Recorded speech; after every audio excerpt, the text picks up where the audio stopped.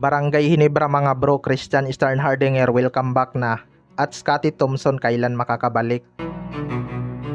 So nagkaroon nga ng injury itong si Scottie Thompson mga bro noong finals sa Commissioner's Cup.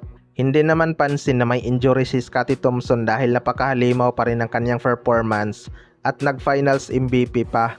Nalaman nga lang natin ito sa interview ng kanyang asawa na muntik ng isuko ni Scottie Thompson ang finals dahil sa injury.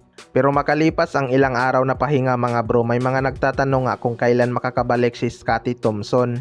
Well, para sa akin mga bro, hindi naman siguro ganun kalala ang naging injury ni Scottie Thompson. Kailangan lang yun ng ilang linggong pahinga para makarecover. Kaya expected na makakalaro na siya ngayong July 19 sa kanilang debut game. Alam naman natin kung gaano kaimportante itong si Scottie Thompson sa rotation ni Coach Tim Cone, lalo na ang kanyang leadership sa loob ng court. Veterano na kasi itong si Scottie Thompson mga bro at isa nga siya sa mga pinakabihasa sa triangle ni Coach Tim Cone. Malaking bagay kasi ang kanyang hustle sa rebounding. Although bumaba na nga ang quality ng kanyang rebounding dahil dinagdag nga ni Scottie Thompson sa kanyang arsenal ang 3-point shooting, pero kaya niya pa rin namang magbigay ng triple-double lalo na kung nakakapuntos ang kanyang papasahan.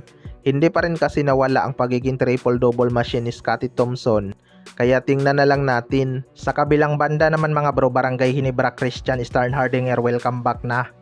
Ito nga Barangay Hinebra ay walang legit big man mga bro, na kayang mga labaw sa ilalim. Yan nga ang isang kulang ng Barangay Hinebra kaya karamihan sa kanilang puntos ay galing sa labas. Hindi na kasi ganun ka-impressive ang performance ni Japet Aguilar at minsan na lang din gumaganda ang kanyang laro. Ayon nga sa source mga bro, posibleng kuhanin ulit ng Barangay Hinebra itong si C-Stand. Well, para sa akin mga bro, magandang galaw talaga yan kung kukunin ng Barangay Hinebra si C-Stand. Marami kasing team ang nag-aabang sa kanya kapag pwede na siyang makuha ng walang kapalit.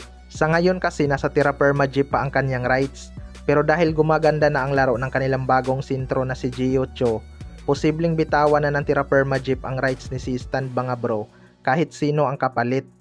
Ayaw na rin kasi talaga ni C-Stand maglaro sa Tira Perma Jeep dahil alam naman natin ang issue sa team na yan. Halos lahat nga ng star player na na-trade sa Tira Perma Jeep ay hindi na nag-renew. Kaya kung Barangay Hinebra ang kukuha kay C-Stand, baka magbago pa ang kanyang isip.